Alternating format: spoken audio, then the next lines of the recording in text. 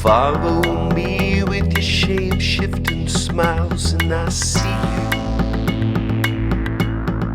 Maybe they'll believe you.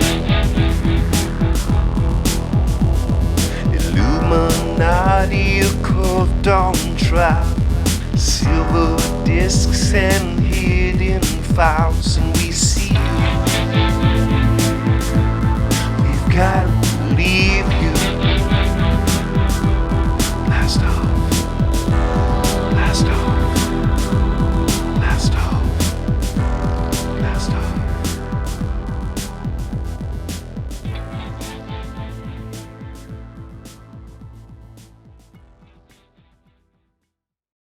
Blast off on another wild episode of the Hero Paranormal Podcast. Of course, Hero Paranormal stands for the Hyper Anomalous Esoteric Research Organization podcast, and it's going to get hyper anomalous today. Let me adjust my camera here. There we go. That's a little better. Get my head in the middle of the screen. Okay, it's going to get hyper anomalous today. We're going to get into all kinds of things, even these little guys. Yep, they come into play, and I'll tell you why in just a minute. If you haven't gone over to heroparanormal.com, please slide on over there. It's what keeps this dog and pony show going. You just slide over to heroparanormal.com, smash that green subscribe button, and you're in. There's a ton of content over there. And I do my best to keep it interesting. It's also the way that I can afford things like microphones, a place to podcast, the time to podcast, and the time it takes to research this, because that's also a pretty wild expenditure. I try to find what others have missed, and it's going to be no different today. If you do go over to heroparanormal.com and you see the green subscribe button and you just don't want to do that, don't want to subscribe, perfectly okay. We have free memberships over there as well. You can also get something tangible. If you want to support the podcast, go to happinessmedical.com. We have Spice Natural Bronze over there. It's an amazing skin product. I use it daily. Keeps your skin looking amazing. Gives it a little bit of color, but more importantly, moisturizes it with organic ingredients. Protect your skin like your life depends on it, because it does. It's the largest organ of the body and a pretty important aspect to this meat suit we all wear. And let me tell you, that's happinessmedical.com. This meat suit scenario, there's something of importance here, because how people go along living their daily lives and the things they focus on baffle me. Let me tell you why. We have people that have put tons of time into amazing endeavors, and then they just up and disappear. And the public doesn't seem to make that big a deal about it. Probably the most interesting lately has been a 2-star general, Air Force General, General McCaslin. A gentleman who basically walked out of his home without his iWatch, without his cell phone, and disappeared. McCaslin was last seen on February 27th, and this is right after Trump discussed disclosure, and disclosure having to do with non-human intelligence, UFO, and UAP. This will come into play, especially when we talk about a reported secret unit and how this ties in. General McCaslin was last seen on February 27th, 2026 at approximately 11 a.m. The last place he was seen, I've been looking at maps for hours, and it's an interesting area, but the last place he was seen was the area of Quail Run Court, northeast in Albuquerque, New Mexico. McCaslin's direction of travel is unknown. He is allegedly in the greatest of shape, 68-year-old man. However, the BCSO says officers are increasingly worried about his safety and are urging residents to stay alert and report any potential sightings. Now, what is odd is that he got a silver alert. Now, these silver alerts are interesting. He is elderly, but from all the information I've seen, the guy's in the greatest of shape. He just did a 60-mile bike ride. He's a member of a running group of guys that go running. And he's always been slim, trim, and in good shape. Now, silver alerts are kind of like an amber alert, but amber alerts are for kids. Silver alerts are for people that have this color hair, right? Silver. And often it has to do with cognitive conditions or medical conditions, which are believed to be at risk. Now, I get it. I get why he would get a silver alert. Now, this is the same general who was noted by Tom DeLonge, of all people, to give him a number of highly qualified consultants when he took on the To the Stars Academy endeavor. And if you remember all the people that came out with Tom DeLonge when To the Stars Academy was coming out, it was a pretty intriguing list of individuals. Allegedly, and by Tom DeLonge's own word, this is the guy who gave him some of those contacts, if not all, those consultants. I don't know. But he does allege that this general, this two-star general, he outlines some meetings with this general that are very interesting. Meetings where they discuss the beliefs of the Greeks. And this general said it was the middle of the Cold War. And what they found astonished them. It had to do with non-human intelligence. Now, anyone with any information about this general, two-star general with the Air Force, please contact BCSO. I've got a phone number and a sheriff's office missing persons unit as well is tied to that number, 505-468-7070. The FBI is now involved, and the search continues. Now, I want to emphasize that time is a crucial matter with these things. After 72 hours, the likelihood of people, when they go missing like this, the likelihood of them still being alive is 5 to 10%. And it's been over 72 hours. So the sheriff's office is asking to remain vigilant, check any Ring door cams. They have horses out there, multiple dog teams, drones of various sorts. And we're going to talk about some special operations looking to find the general. But before we do, let's talk about why he is so important. McCaslin held several high-ranking positions, very influential in nature.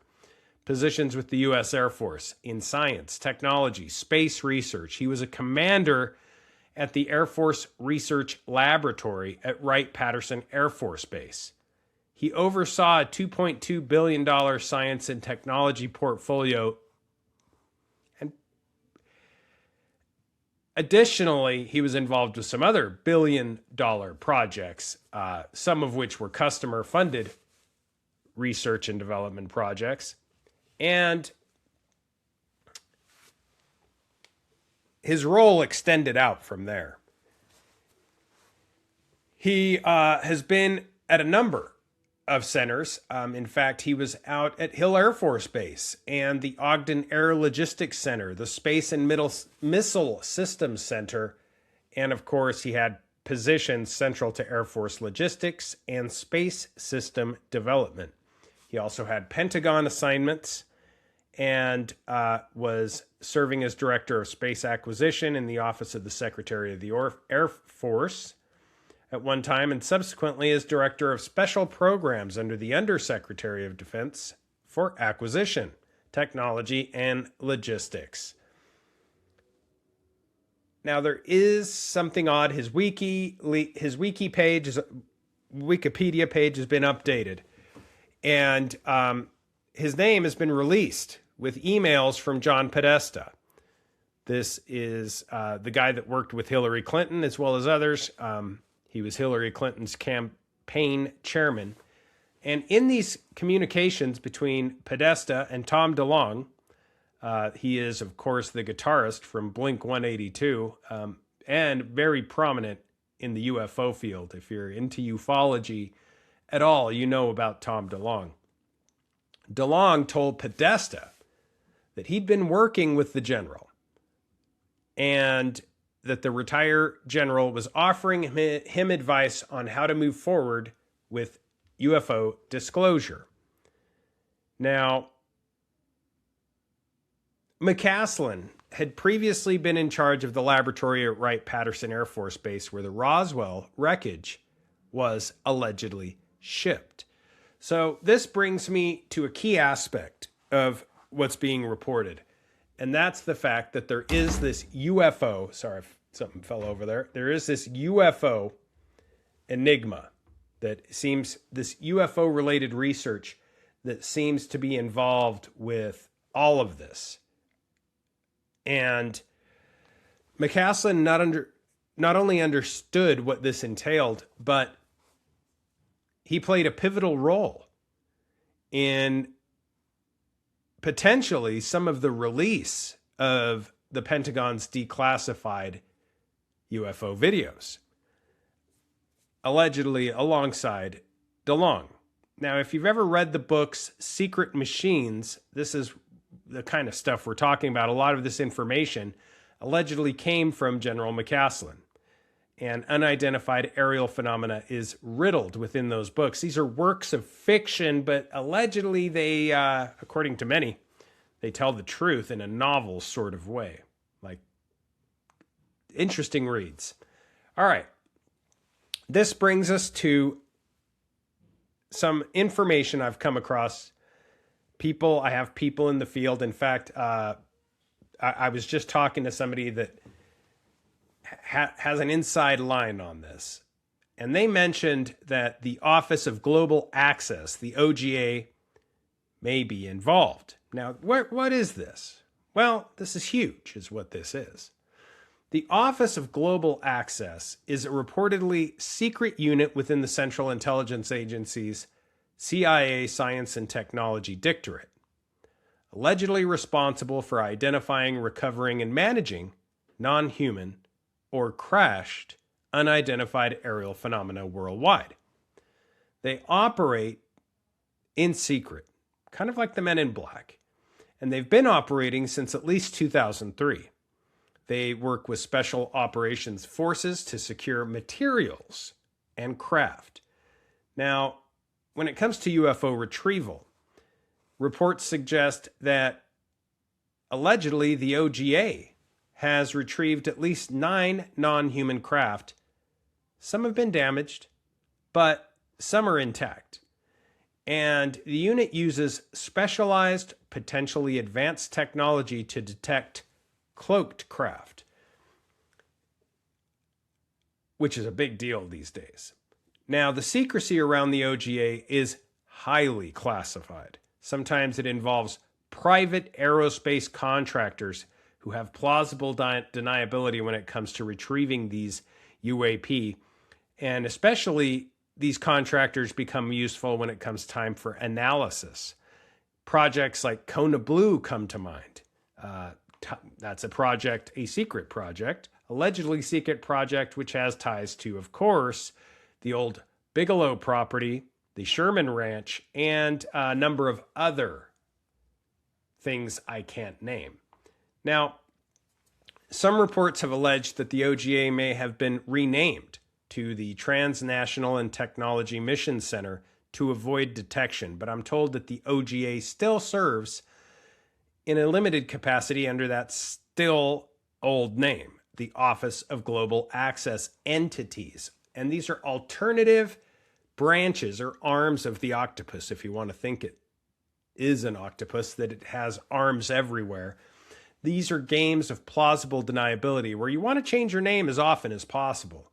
The information regarding the CIA OGA retrieving UFOs is based on reports and statements that are not official government confirmation. These are reports and statements from whistleblowers and people who allege this is taking place, but yet all the while maintain that it's highly classified.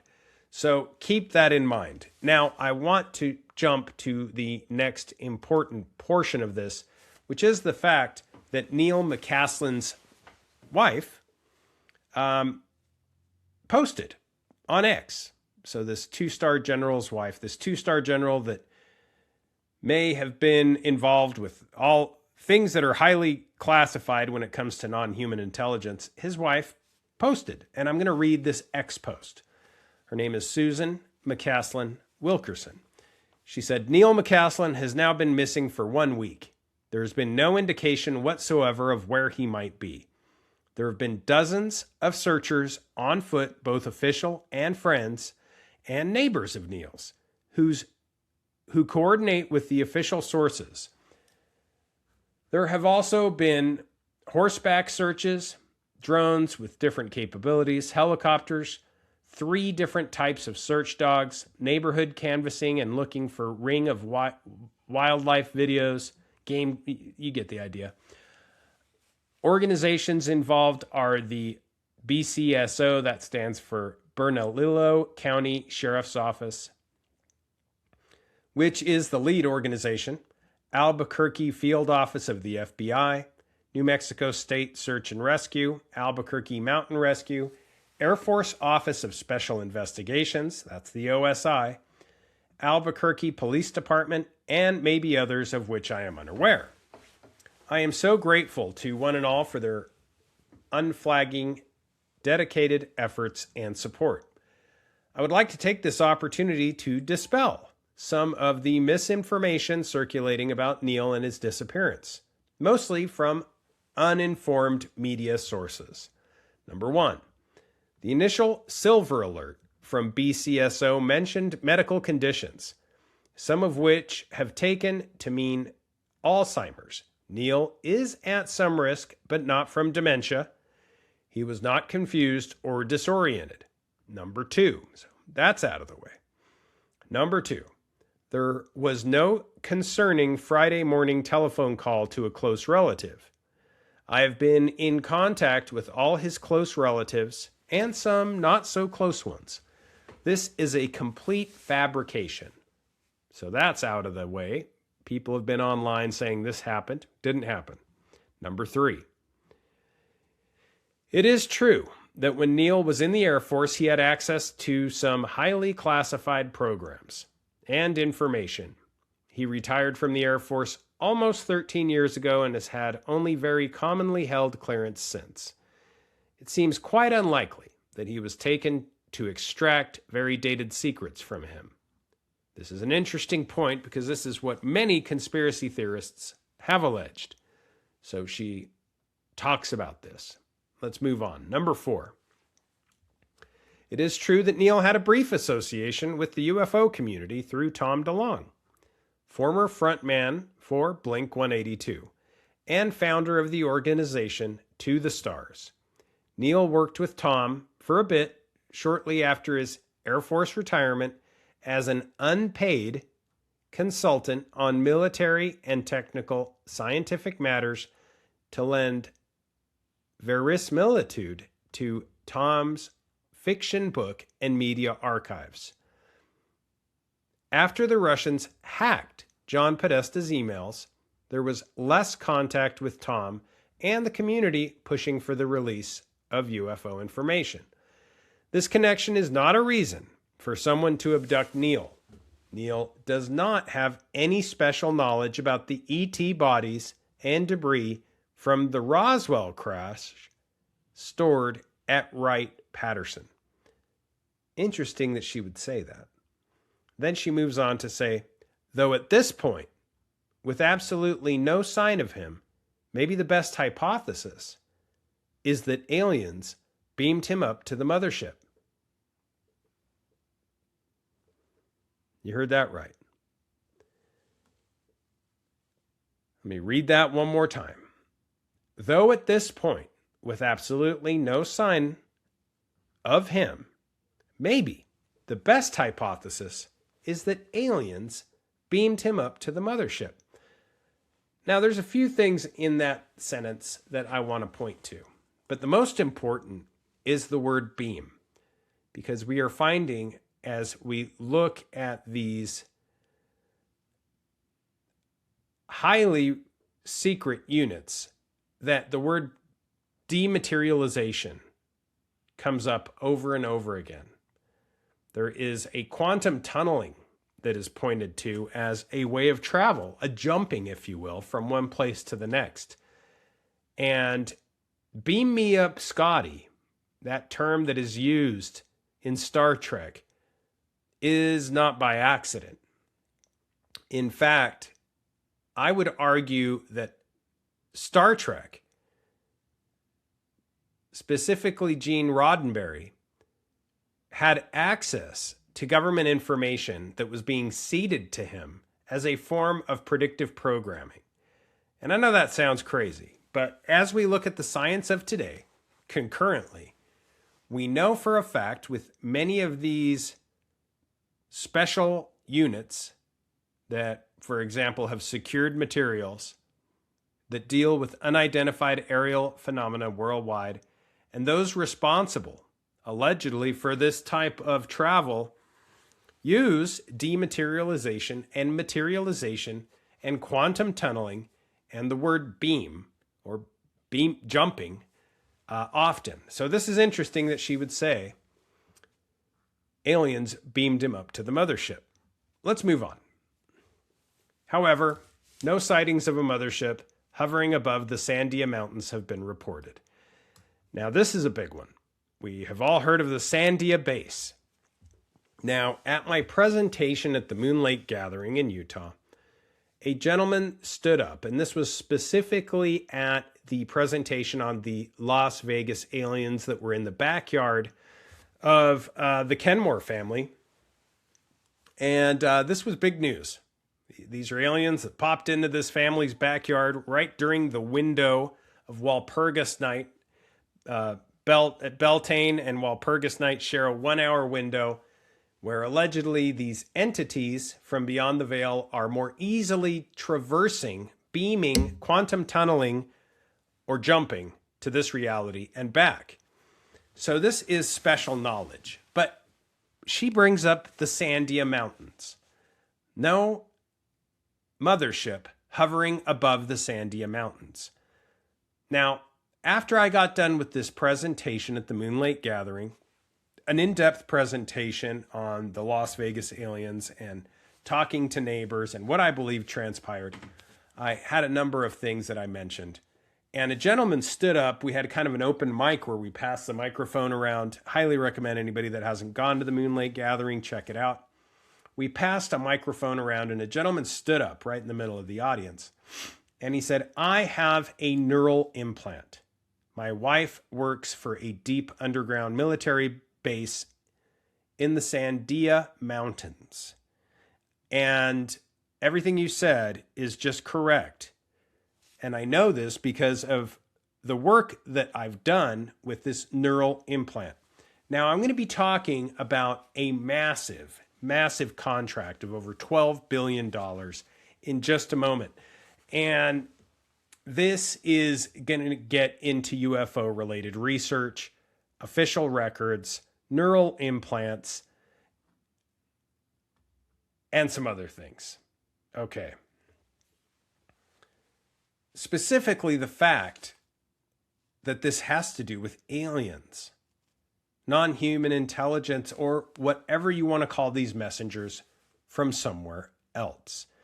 If you've ever heard of the Sandia Labs, there have been allegations for years by whistleblowers that there are deep underground military bases that deal, much like Wright-Patterson, but that deal with alien/NHI, non-human intelligences, deep underground in the Sandia Mountains.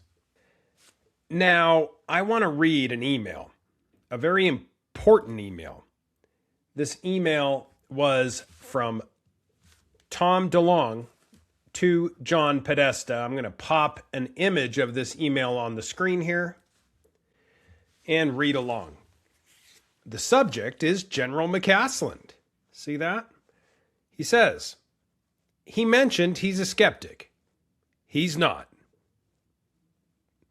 This is Tom DeLonge speaking of General McCasland to John Podesta. He mentioned he's a skeptic. He's not. I've been working with him for 4 months. I just got done giving him a 4-hour presentation on the entire project a few weeks ago. Trust me, the advice is already been happening on how to do all this. He just has to say that out loud, but he is very, very aware, as he was in charge of all the stuff. When Roswell crashed, they shipped it to the laboratory at Wright-Patterson Air Force Base. General McCasland was in charge of that exact laboratory up to a couple years ago. He not only knows what I'm trying to achieve, he helped assemble my advisory team. He's a very important man. Now, if that doesn't put things into perspective, I don't know what does. He's a very important man. Now, I want to also talk about this vanishing general as Roswell's ghost. This guy, if anybody knows where the bodies are buried or where they were housed, it would have been this guy. His wife even alludes to this on an X post. He's worked at the hidden labs, and he is a UFO insider. So, this is pretty wild. What if the general wasn't out taking a walk? What if he wasn't hiking at a trailhead, as some have alleged? What if he never came back for a reason? The area where this took place has been acknowledged by a number of people, including David Pilates, the missing 411, and missing 411 guy. Now, I don't necessarily think that Office of Special Investigations would be involved if it was just anybody. This is very eerie.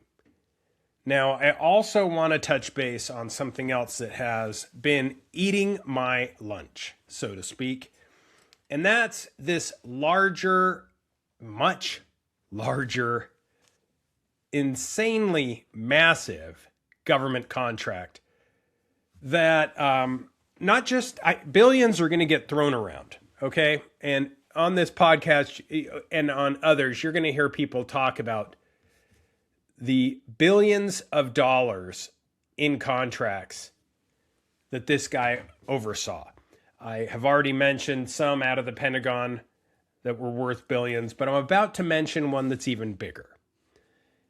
This is tied to something called NERL, okay? Sandia's Neural and Exploration Research Laboratory. Remember I mentioned that guy that stood up after my presentation at the Moon Lake Gathering, said he had a neural implant in his head.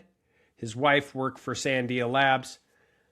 Imagine not just having ChatGPT or Grok or any of these AI amazing engines in your hand or in your phone. Imagine having an AI engine neurally implanted in your mind. It's happening, folks. And it's not just Elon Musk. We're talking about the government, okay? I know what you're going to say. This all sounds like conspiracy and this can't be real and this sounds dramatic. Well, I'm going to talk about full stack neuromorphic implants. Sandia Labs, aliens, and non-human intelligence. Okay? This is all going to merge together, I promise. So, the U.S. Department of Energy gets involved, DOE. Keep in mind that Sandia is, in fact, a nuclear research facility. It's often ground zero, according to whistleblowers, because of its alleged UFO sightings, its alleged proximity to nearby Dulce base, and the alleged underground utilization of labs there. Now, I'm going to get into what we know, not the alleged stuff, the real stuff.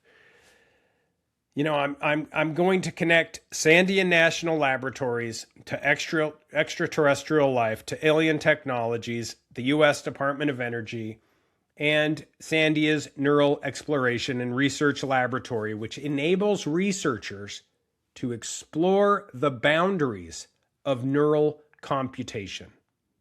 Not just having ChatGPT or Grok in your phone, or any of these AI searching amazing technologies in your phone, but actually having them implanted in your head. Let me read the current areas of NERL research. The exact lab this individual claimed his wife worked at, who had a neural implant, was talking about extraterrestrials, was talking about alien technologies, laboratories, and Sandia Labs came up and said that everything which I was talking about in my presentation was true. And he didn't just know this. He effectively said this was true, and his neural implant, which allowed him deep learning, a style of machine learning, allowed him to know this. Let me talk about what they're doing at some of these facilities. The current areas of research include microelectronics inside the brain, neural computing and applications to high performance computing, computational and mathematical neuroscience, reinforcement learning, remote sensing, which sounds a lot like remote viewing, but taken up a notch, edge sensing and processing, and of course, machine learning and deep learning. Now, the remote sensing part really comes out to me, because remote viewing, remote sensing, out-of-body experiences, astral projection, all these things align with the quantum, with quantum tunneling, with basically being able to beam things, materialize and dematerialize things, take them from one place and put them in another. I was sent a video that I can't share, sadly, of, I'll try, I'm going to reach out and see if I can share it at some point, of some of this taking place allegedly in what is known as an NNSA approved manner, a contractor management system. And this was a government program. So let me talk government programs. So this particular contract I'm about to mention is huge, and it involves NEST.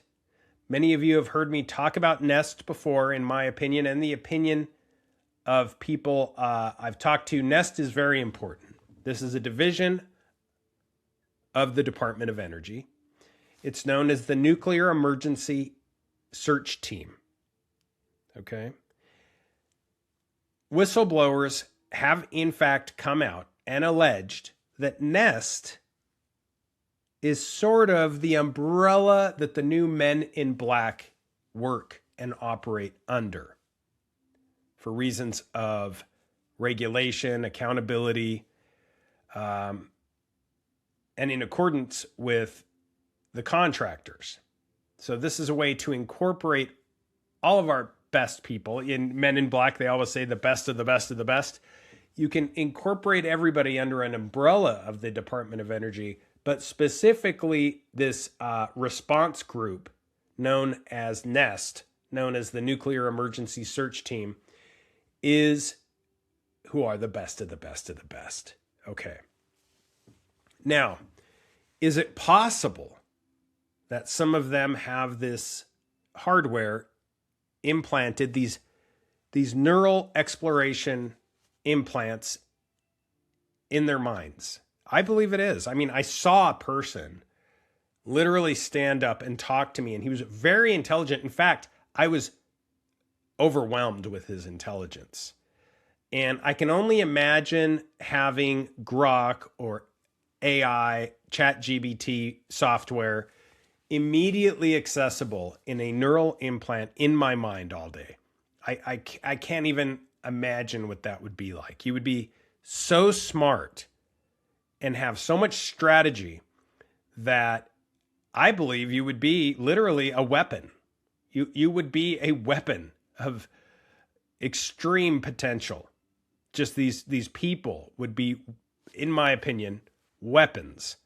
And let's talk about UFOs, aerial phenomena, and the reported sightings, much like the one that General McCaslin's wife, said, hey, we haven't seen any UFO motherships over the Sandia Mountains lately. But let's talk about the sightings in New Mexico.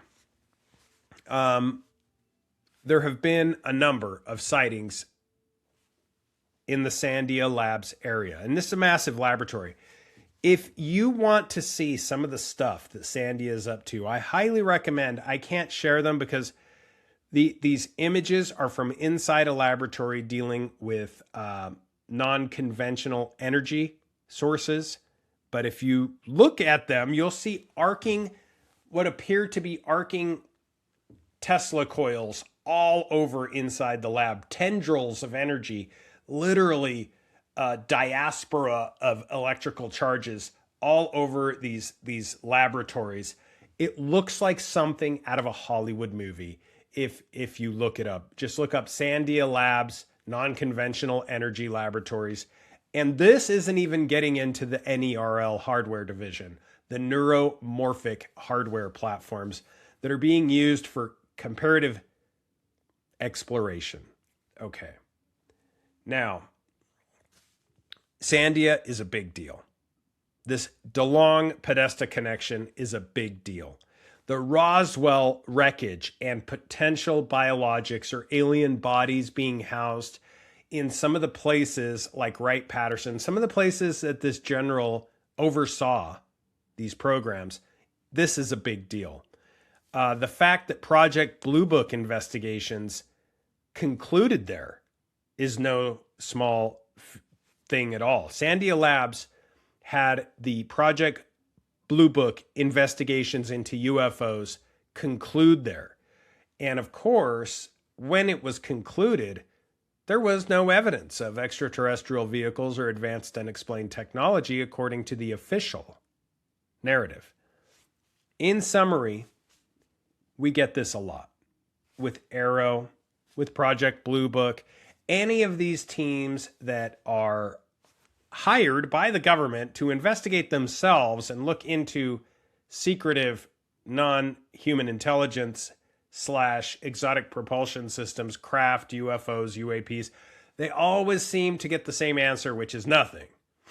But it doesn't take long in research to realize when you start stacking all these things on top of each other, you start to realize that there's a lot going on. We have a 68-year-old retired Air Force Major General walking out of his Albuquerque home near Kirtland Air Force Base, and he vanishes.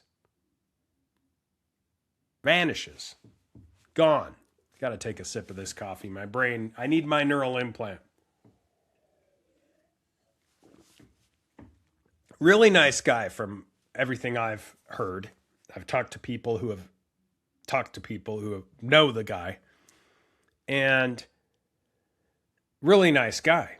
Now, right off the bat, we're told there's no foul play. Don't worry.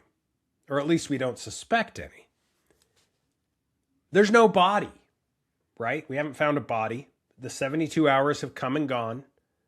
The most crucial window, after 72 hours, the odds of being found alive are 5 to 10%, let alone with a senior. I don't know, that must exponentially be lower.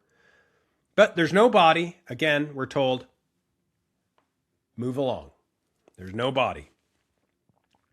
He's a proven athlete, not just an athlete, but an outdoorsman, with a resume that includes commanding the exact secret laboratories UFO insiders have whispered about for decades. Okay? He has proven himself time and time again to be smart, in shape, fit, you name it, and effective. But he's gone. Now we have this tie to this, wait for it, wait until you hear the size of this Sandia NERL research lab funding. This NERL research laboratory is under contract 0003525, and if you want the full contract number, I think it's 232 pages. It's DE-NA-0003525. This is under the Department of Energy's National Nuclear Security Administration. The same people who have ties to NEST. Well, not ties, they're above NEST, but these are the ones that are in charge of this response group known as NEST, who whistleblowers allege is the new Men in Black. The Nuclear Emergency Search Team, aka they call them NEST, right? And they're effective. They know how to operate. And this is who you throw at, allegedly, according to these whistleblowers, NEST is who gets sent in first when recovering a crashed UAP or UFO or any of these materials. And now we have this tie to this Sandia NERL facility. Anyway, long story short, this actual contract, the one that I said earlier, is a not 12, it's over a $12 billion contract. So, quick fact check. We have official records of advanced aerospace for national security with ties that the general had to things like OSAP, let's say, right? This guy knew about OSAP. This is a weapon system application program. We have a official narrative that this gentleman, that general, was last seen on foot. And there is a woman out there that said she saw him on foot near Quail Run Court Northeast. This is in the Sandia foothills. And search and rescue and FBI are now assisting in canvassing with security cameras. We have still nothing. 1 week later. Why is the FBI involved in a medical issue or a walkabout? Why is the FBI involved when somebody just walks out their front door and doesn't come back? And forget that. Let's take it up a notch. Why is the Office of Special Investigations of the Air Force involved? I know he was an Air Force general. But the counterpoint is these are the most prominent investigators around.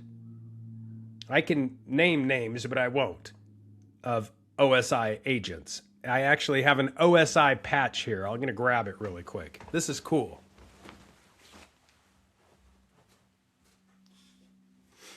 So this is an OSI patch right here. I don't know if you guys can see that. If you see that patch with the magical lamp in between the two wings in the world and the two swords, that is the Office of Special Investigations patch. This is what you see somebody wearing that is the best of the best when it comes to investigating things that are special investigations. And many of these things may be retrievals. They could be things that have to do with reverse engineering, according to whistleblowers. So let's get back to this individual who stood up in my presentation and said that his wife worked at Sandia Labs. We've actually been trying to track him down. Somebody that I actually know was looking for this individual. We went through video, we went through audio, we went through the archives, and we were trying to find this individual because he could be a person of interest or accountability or helpful, theoretically, in finding this general. So we're implementing I know a lot of people that are implementing a wide, efficient operation to try to find this gentleman, because it's literally like he vanished into thin air or was taken. And I've been trying to keep on it minute by minute, hoping that he would be found. And I've heard these people come out and say that he had been found, and that there was this call from a family member that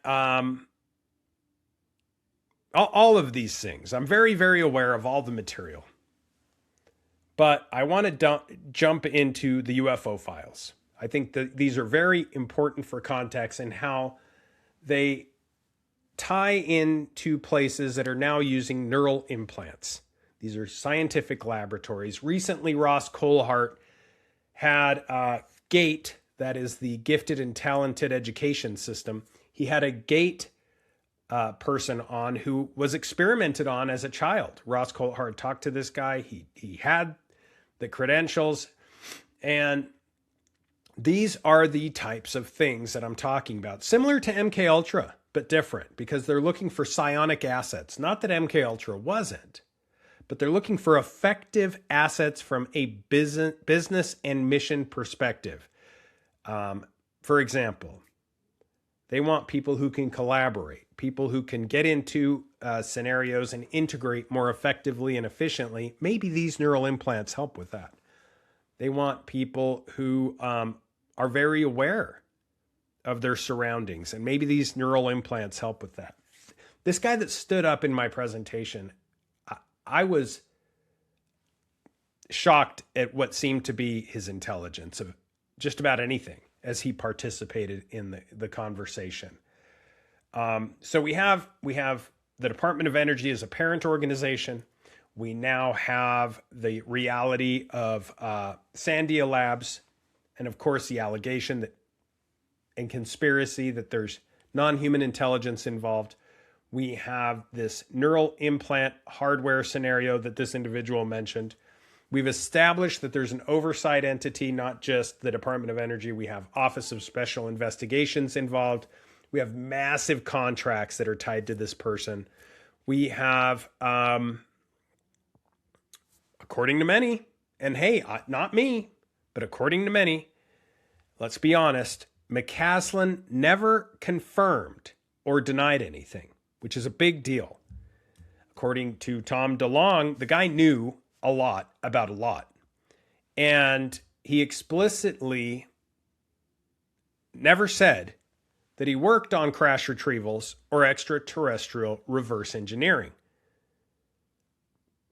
But Tom DeLonge alludes to the fact that he was overseeing it. So how does that implicate him in getting, well, allegedly taken, right? Now let's look at Kona Blue. This is huge.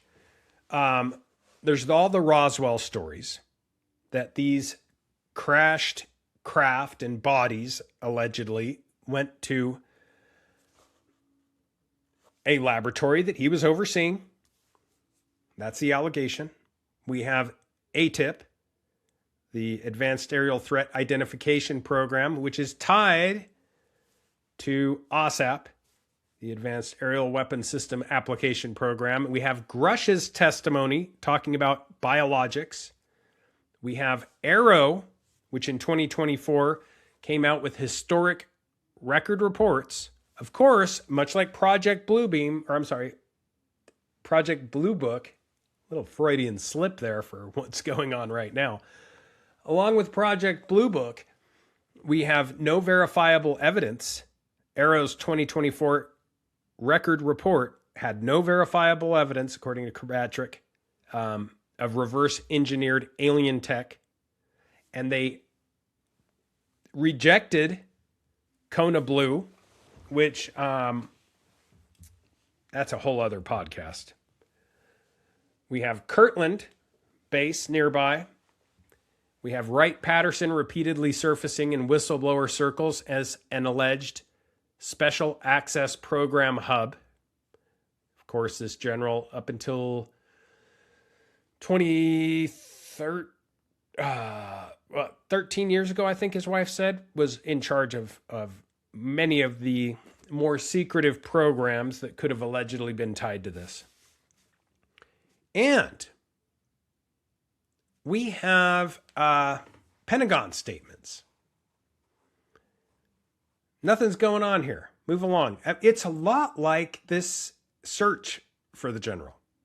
Hey, nothing to see here. No, I mean, literally, there's nothing. You guys have nothing yet. Nothing to see here. Move along. But he's vanished. There's no body. There's no foul play. There's nothing. I understand why his wife would say maybe he got beamed up to a mothership, because there's literally no evidence of any sort that is tangible. And if there's nothing to hide, why does every trail lead back to the labs that this general ran? Let me ask that. So here are the theories, ranked from, I guess, good to bad, or bad to worse. There's a lot of theories here. I'm going to try to streamline these theories without sounding too crazy. Not going into the GATE programs, the Gifted and Talented Education programs, not going into the NERL hardware, the Neuralink, neural full stack neuromorphic exploration and research labs. All right, so let's get into the theories. And I've talked with multiple researchers about this week, hours and hours, but from top to bottom. Most likely, he had a medical episode. He was disoriented. He went outdoors and passed out or whatever, and they just haven't found him. All right. If you're following the narrative, that's the most likely. They offered this silver tier,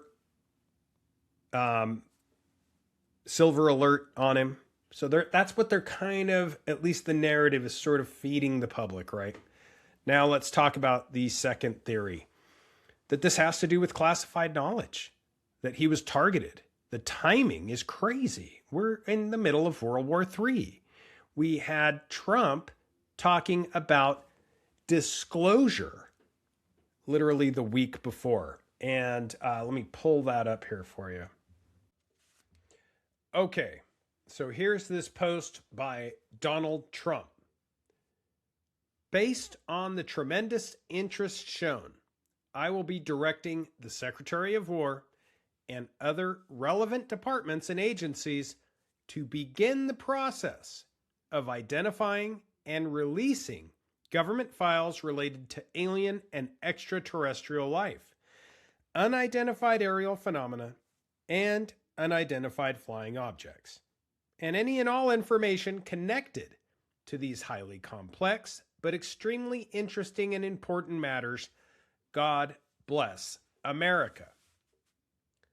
Okay, well, there it is. We have the president talking about this, the general going missing. We're expected to think we can't say that these are tied together or related, but there's the coincidence. And then recently in Hillary Clinton's deposition, she is also asked about these Podesta emails and some similar interesting theories. Again, close proximity time-wise to this general going missing. No conclusive ties to this. We could never say that. But it is all very synchronistic that these special access programs, SAPs, advanced UAP technology subjects are coming up.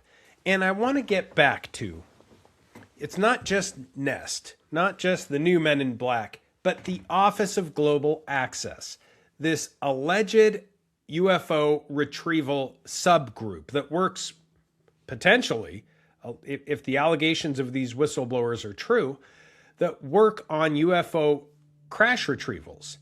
Many of these people have reported or suggested that the OGA has retrieved 9 non-human craft. I've heard that our government is in possession of over 30. 9 is substantial out of one operations unit.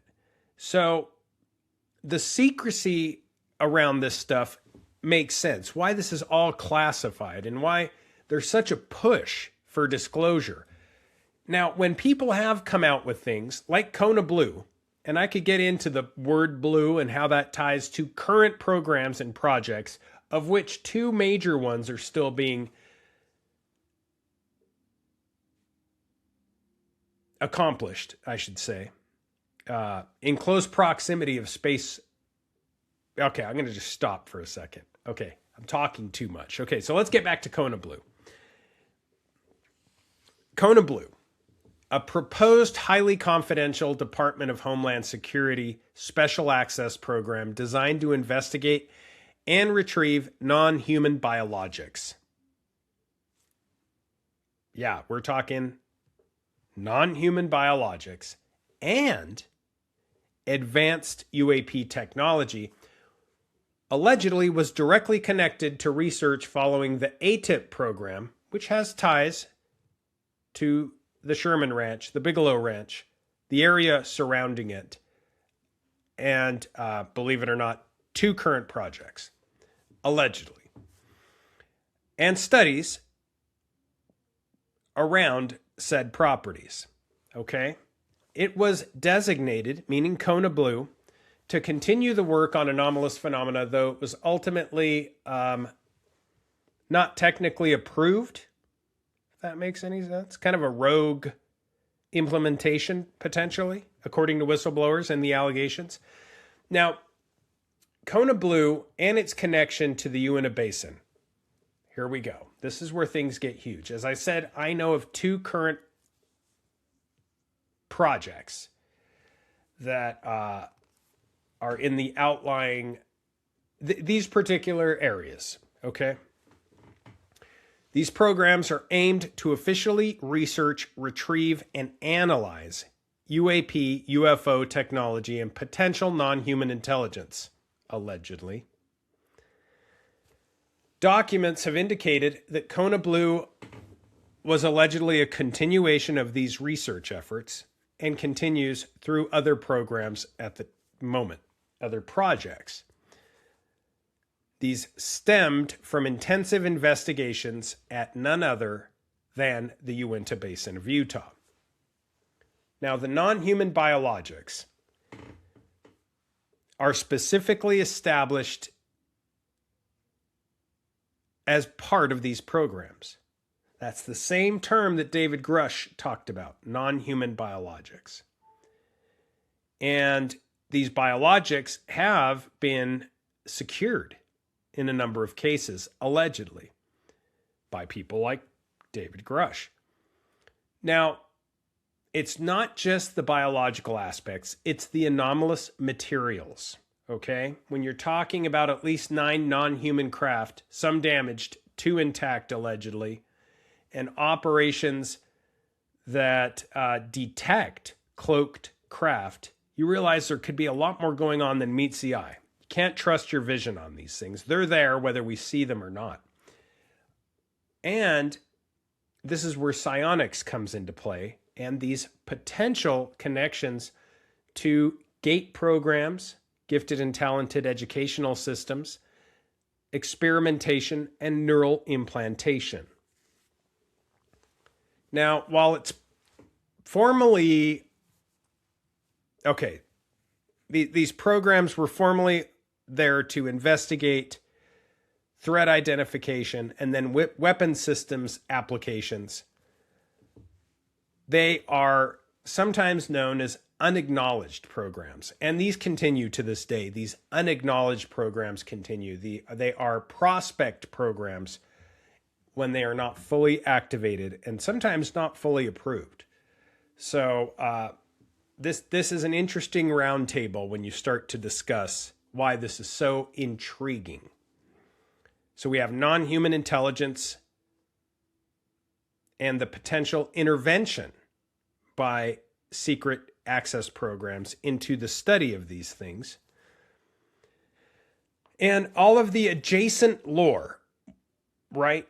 So when this individual goes missing and he has all these ties, it makes you wonder if this could be, as some people have sent me messages saying, this could be allegedly a deep state cleanup.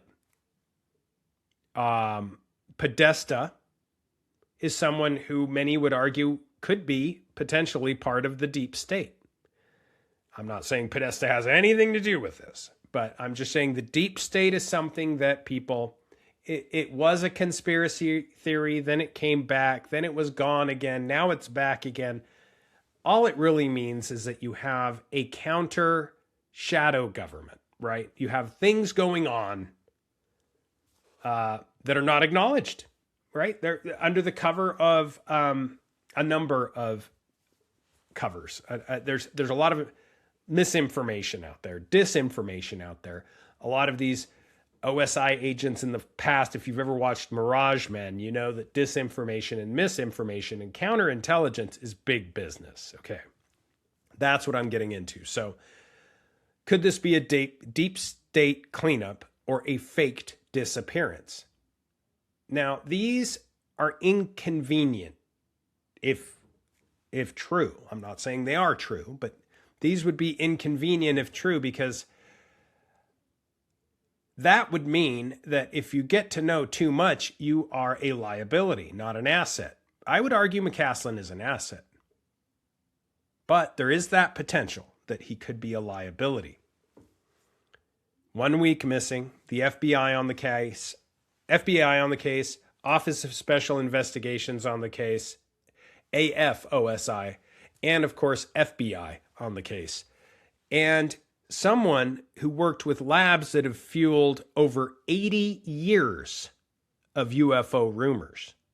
These are secret labs working with potentially advanced technology. And this could be the biggest story never told. There's a reason these programs are unacknowledged. Now, there is more. There is more. We have potentially a script. Now, this is a very wild theory that came from a very, very secretive researcher, an investigator that has his hands in everything. I can't name him. But this theory I like. And the reason I like it is because it is completely off the radar. It is totally different than any other theory I have heard. Okay? And I have audio of people talking very strange things.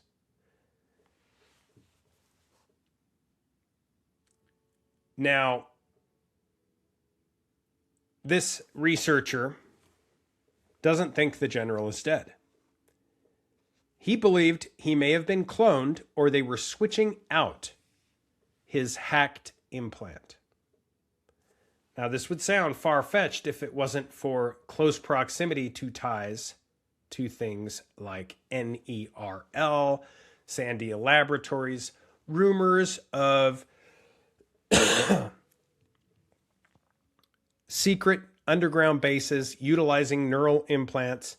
And these are underground bases that have history of over 80 years of ties to alien or non-human intelligence. So while some of these programs may be proposed to formally investigate the phenomena, ultimately these could be prospect programs. In other words, these could be programs looking at other projects. Bear with me. Anybody who believes, and there's a new word on the street, which also has blue in it with some of these contractors, and it's not Kona Blue. It used to be Kona Blue. I can't tell you the new one because it's the actual name of a company and I would get sued before I could stop the podcast. But the Kona Blue project, for those who don't keep up on UAP news, changing names is easy. If you keep some of the name involved in future projects, then it's easy to follow. But for people investigating and researching, it would not be easy for them to follow it. That's why it's interesting that we have, as going back as far as the 1950s, people talking about non-human intelligence, aliens, extraterrestrial programs, false alien invasions, etc. But let's get to the declassified documents that we can pinpoint and say this is happening. The DoD released a document for a project named Kona Blue, which, according to multiple people involved, never got off the ground. No pun intended. But what's interesting is that it is clearly a continuation of the research at Skinwalker Ranch and validates the connection to ATIP. Now, this document listed a few things that seem to jump off the page at people. Things that are built into a series of potential cliffhangers because you can literally see how the baton is passed from one secret project to the next. They mention a UAP that is possessed by the military being a reverse engineered craft. This aligns with recent texts from Deputy Director of Intelligence Chris Mellon, who also happened to just conveniently be part of that To the Stars Academy of Arts and Science group, the Tom DeLonge group, that allegedly this general helped Tom get these consultants. He's one of them. Christopher Mellon comes from a very, very prestigious line of people. Deputy Director of Intelligence Christopher Mellon confirmed that at least one of these was intact, a craft collected in Kingman, Arizona in 1953. Now what's interesting is back to this Las Vegas aliens case, there seems to be a trajectory that comes from California over the Mojave and towards the direction of Kingman over and over and over again throughout the years. This corridor has been utilized, but that's a whole other podcast. So Kingman is going to come up. It's not just in 53, it continues to come up. Back to this UAP that is possessed by the military, which is being reverse engineered at the moment. This paper discusses using remote viewing and other methods to learn more about the phenomenon. Remote viewing is one way. Remember, we have the Stargate program, not to be confused with the GATE program. But that GATE program, the Gifted and Talented Educational Systems, etc., do focus on psionic capabilities in many of these laboratories, whether we're talking Stanford Institute, Pear, the list goes on and on. I'm not going to get into some of the labs and universities and all of that because that doesn't matter. But there's a number of them. And then, of course, at Sandia, we have this remote sensing that is allegedly tied to the NERL, the Neurological Laboratory. So this paper discusses using remote viewing and other methods, potentially remote sensing, to learn more about the phenomenon. It discusses using custom-built sensors to identify environmental signals related to the phenomenon. This actually aligns perfectly with the MUPOS devices created by Jim Segala. And this was discussed in an interview that Jim gave with multiple interviews, actually, with various people. The MUPOS devices, there used to be a precursor. There was another device that was used by a number of organizations, some with ties to military contractors, but the same thing, right? This device that can perfectly tell you when they're close. They could be cloaked. You remember hearing that in this special access program? You can have devices that will alert you when they're nearby, even if they're cloaked.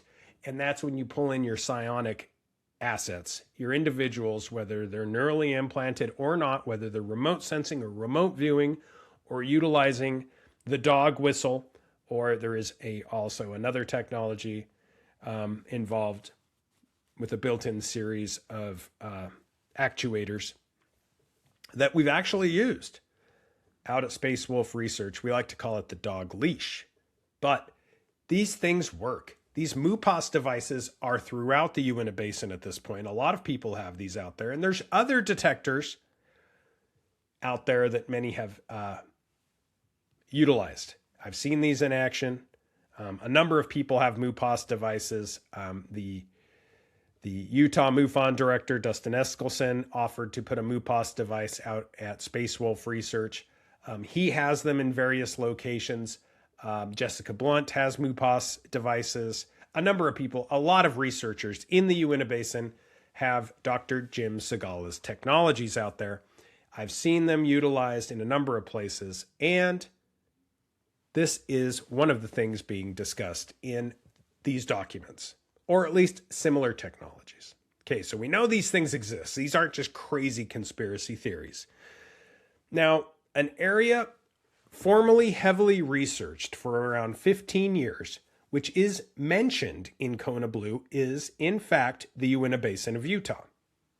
And there's a lot more really important, interesting information in this documentation. Luis Elizondo has admitted that he was read into the ill-fated program. You can find those documents at the Black Vault and a number of other places. They're all over the internet. And Kona Blue is being brushed off quickly. It was quickly Arrow and Kirkpatrick Arrow quickly brushed it off as just rumor mill stuff until the documents started coming out. And these documents have been declassified to show that the special access program in the Department of Homeland Security was disapproved. So that did not mean that the SAP was set up with the CIA Office of Global Access, or OGA, which I mentioned earlier, or was not. Let me explain. There is a Dr. O'Toole who proceeded to discuss what she knew of the history of Kona Blue programs, or program, while it was being conducted at the DIA, and she discussed the technology as she knew it. She also stated that the senators were prepared to provide $10 million for the execution of this program in the budget. So unclassified information, like some of the stuff we've seen with ties Kona Blue had to the Advanced Aerospace Threat Identification Program, aka ATIP, show that these programs, if they're disproved or not allowed in one area, there's no reason they can't change their name and go somewhere else and get funding and continue on. This is a real-time scenario. And this is how this works. It's impossible to brush these secret programs off because they do continue on. As I said, I know of allegedly 2 active programs in the Uinta Basin of Utah. So, what's your theory?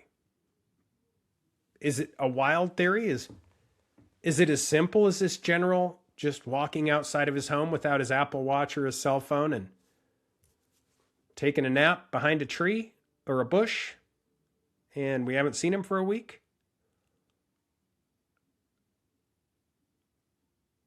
Is it strange that there's no verifiable evidence? And if there's nothing to hide, why does every trail lead back to these secret laboratories and these secret programs that this general oversaw? Until next time, keep your eyes to the skies, feet on the ground, Don't forget to take a look around, and please, please, please, don't forget to head on over to heroparanormal.com.